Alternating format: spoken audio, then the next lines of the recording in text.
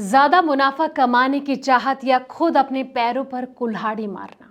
जी हाँ दोस्तों, आज हम बात कर रहे हैं निवेश की दुनिया के उस जाल की जिसे रॉबर्ट कियोसाकी ने द वर्सिफिकेशन का नाम दिया है। आमतौर पर लोग रिस्क कम करने के लिए 20 अलग अलग शेयर्स, 10 म्यूचुअल फंड और कई जगह पैसा छिटक देते हैं।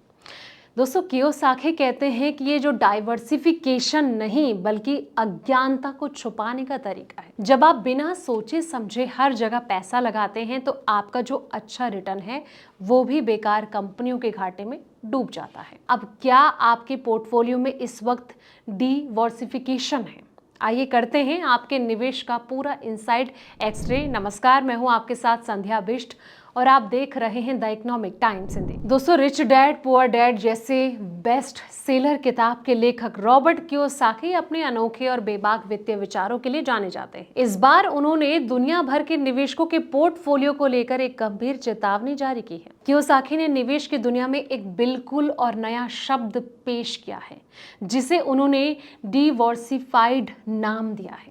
कियोसाकी का कहना है कि जो डाइवर्सिफाई समझ रहे हैं वो असल में डिवर्सिफाइड है। उनके मुताबिक अनजाने में लोग अपने पोर्टफोलियो को सुरक्षित करने के बजाय उसे और ज्यादा बदतर और जोखिम भरा यानी कि रिस्क से भरा बना देते हैं। अब क्या होता है डिवर्सिफाइड? आमतौर पर निवेशक जोखिम कम करने के लिए अपने पैसों को अलग अलग जगह जैसे कि gold, silver, bitcoin, share, bond और रियल एस्टेट में बांट देते हैं। इसे डाइवर्सिफिकेशन कहा जाता है कि अलग अलग जगह आपने निवेश किया है। लेकिन जो रॉबर्ट कियोसाकी हैं, इनके अनुसार डिवर्सिफाई का मतलब जो है वो ये कि लोग तो सोचते हैं कि उन्होंने अपने निवेश को अलग अलग एसेट में बांटकर सुरक्षित कर लिया है, लेकिन असल में वो इन सभी अलग एसेट यानी कि gold, silver, bitcoin, stock, bond, real estate और ऑयल, इसको एक ही एसेट क्लास में रखते हैं और वो क्लास है पेपर एसेट क्लास यानी कि कागजी संपत्ति। आपको बता दें दोस्तों कि फेक एसेट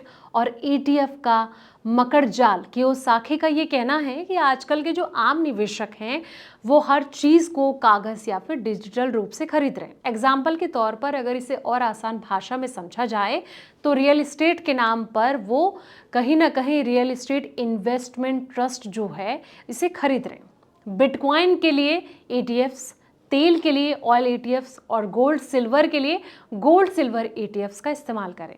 अब इसके अलावा स्टॉक और बॉन्ड के लिए भी ETFs यानी कि एक्सचेंज ट्रेड फंड्स पर डिपेंड है। रॉबर्ट कियोसाकी इन सभी को पेपर एसेट कहते हैं। उनके शब्दों में ये सभी वास्तविक संपत्तियों के केवल डेरिवेटिव्स हैं जिन्हें वो फेक एसेट मानते हैं। दोस्तों, कियोसाकी की जो पसंद है वो है रियल एस्टेट यानी कि कागजी दुनिया से दूर। कियोसाकी जो है वो खुद वास्तविक संपत्ति में निवेश करना पसंद करते हैं। दोस्तों, वो कहते हैं कि मैं उन संपत्तियों का मालिक बनना पसंद करता हूं जो कि वास्तविक है यानी कि रियल एसेट हैं, जिन्हें मैं खुद छू सकूं, महसूस कर सकूं, नियंत्रित कर सकूं और जो किसी ETF की कस्टडी में होने के बजाय सीधे मेरी कस्टडी में हो। उन्होंने ये भी स्वीकार किया है कि असली संपत्ति को खुद संभालना थोड़ा महंगा होता है और इसमें समय भी अधिक लगता है, लेकिन इसके बावजूद वो एक प्राइवेट कैपिटलिस्ट इन्वेस्टर बने रहने का आनंद लेते हैं। उनका ये मानना है कि खुद कस्टडी रखने से उन्हें ज्यादा अध्ययन करना पड़ता है दोस्तों, और वो निवेश के बारे में ज्यादा सीख पाते हैं। कियोसाकी ने इसे अपना थोड़ा सा शक्की स्वभाव बताते हुए निवेशकों के सामने एक बड़ा सवाल छोड़ दिया है। अब फैसला जो है वो निवेशकों को करना है कि वो अपने पोर्टफोलियो के लिए क्या चुनते हैं, असली डाइवर्सिफिकेशन या फिर कागजी ETF के भरोसे रहकर वो डिवॉरिफिकेशन को चुनते हैं।